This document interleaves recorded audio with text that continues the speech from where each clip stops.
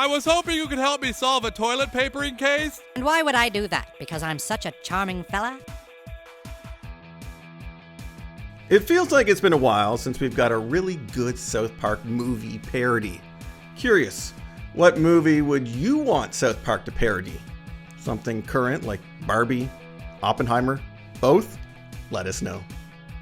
Number 10, World War Zimmerman, World War Z. In a shocking turn of events, the jury has found Zimmerman not guilty! Only Cartman would dream of a situation in the ridiculous style of World War Z. While in class, Cartman has dreams where the verdict of the George Zimmerman trial has caused African Americans to begin a massive riot. Oh, and did we mention everyone is voiced by Cartman? How did I get such a perfect husband? How did I get such a beautiful wife? The episode ridicules some absurd moments from the Brad Pitt film, such as the lighthearted family moments and the airplane scene. However, the episode becomes more than just a parody, providing commentary on racism and self-defense laws, as well as the Trayvon Martin case. Take this plane back to Denver! You don't understand! There's no Denver left to go back to! Number 9, Major Boobage, Heavy Metal. Well, Kenny, are you buzzed?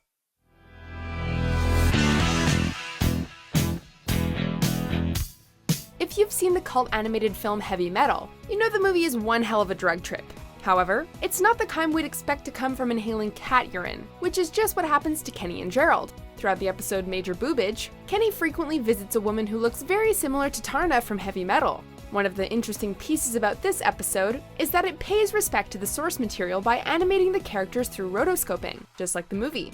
It may be an obscure parody to some viewers, but others will get a kick at the playful jabs towards Heavy Metal's sexual content. You're too young for this stuff! Number 8, Human Centipede, the Human Centipede franchise. Hello, Kyle, we're from Apple. We're all ready for you now. What? Ready for what? To fulfill the agreement. Just when we think there's a franchise even South Park wouldn't make fun of, creators Trey Parker and Matt Stone prove us wrong. After failing to read the terms and conditions to an iTunes update, Kyle finds himself as a part of Apple's newest product, the Human Centipede. Your son has made a binding and legal agreement with Apple, sir. An agreement to do what? While the main focus is how ridiculously extensive and frequent updates and privacy policies are, Human Centipede takes just as much time to make fun of the insanely gross Human Centipede movies. We'll admit that we may have been laughing through the nasty scenes, but at least one person seemed to enjoy Kyle eating fecal matter.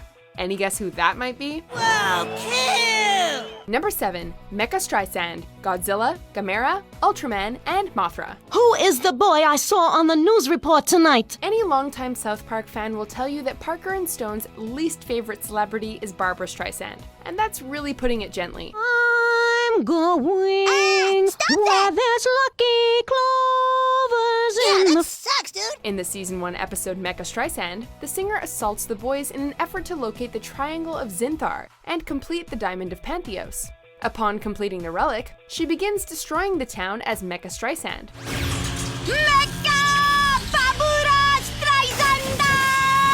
Seeing this Godzilla reference is entertaining in every way, but it gets better when Mothra, Gamera, and even Ultraman enter the mix. The show's creators sure do love their monster movies, huh? Number 6, Toilet Paper, The Silence of the Lambs. I was hoping you could help me solve a toilet papering case. And why would I do that? Because I'm such a charming fella? When the boys' art teacher punishes them for not taking her class seriously, they form a plan to TP her house. Soon after, the entire situation blows up into a criminal investigation. As Kyle fights his guilty conscience and experiences some Godfather Part 2 moments, Officer Barbrady seeks assistance from juvenile delinquent Josh Myers, who seems to be a fan of The Silence of the Lambs. Of course, we quickly find Josh's Hannibal voice to be just an act. Whoa. Thank you. What makes it so amusing is how this troublesome kid is treated like the most dangerous psychopath. Whatever you do, don't tell him your name or you might end up spilling your darkest secrets. What's the matter, Principal Victoria? Was your mother abusive? Number 5, D Yikes, 300. This isn't crazy. This is Lesbos! Did anyone else feel 300 was a tad ridiculous with its use of slow motion?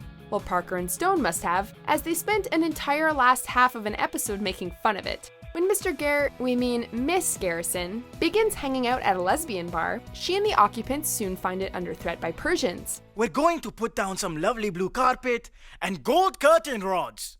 I knew it! The episode quickly turns into a 300 parody in the most absurd ways possible. with slow motion scenes of Garrison brewing coffee and a man getting kicked in the genitals. We're even graced by an appearance by Xerxes, who turns out to be a woman. How? How did you find that out? Number 4, fantastic Easter special, The Da Vinci Code. Easter's just Easter. Just go with it, kid. No, I'm not gonna just go with it! If you felt the Da Vinci Code got too absurd in its convoluted conspiracies, you aren't the only one. When Stan begins questioning the purpose of Easter, he finds himself entangled in a web of conspiracies surrounding the secret of the Easter Bunny.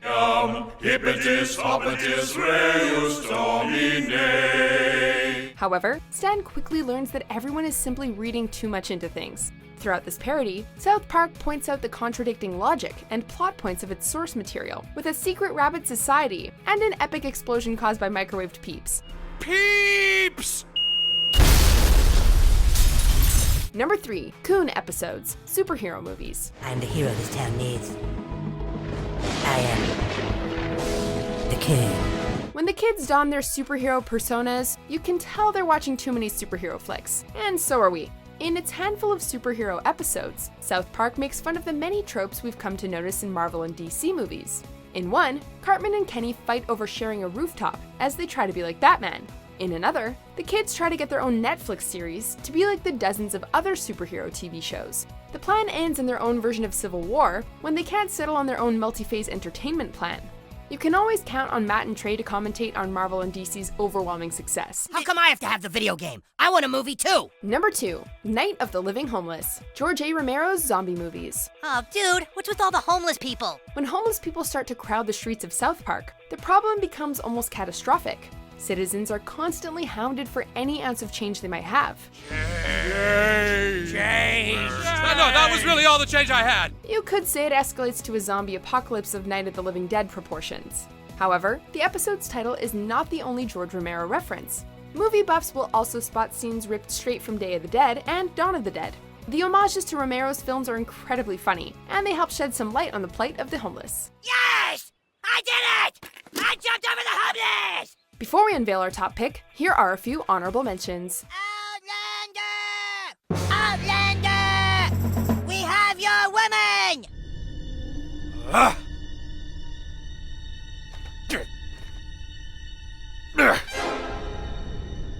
Excuse me, my name is... Ignore. Hey, could you tell me how Ignore.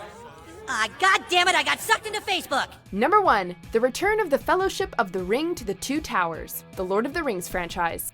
Boys, Butter's parents want to borrow the Lord of the Rings video we rented. Could you take it over to them? After watching this, it's safe to assume Stan's dad is the most idiotic of the parents. When Randy sends the boys to drop off a copy of Lord of the Rings to Butters, he soon discovers that he accidentally mixed the tape with a porno. What are you doing? The Queen and King of Stan's house wish the Lord of the Rings returned to them. But it's the greatest movie I've ever seen. Before we know it, the entire story unfolds into a retelling of Lord of the Rings, recreating memorable scenes the only way South Park knows how. Of course, another blockbuster franchise is referenced in this episode, and Cartman just couldn't resist taking a jab. Hey, what are you guys doing?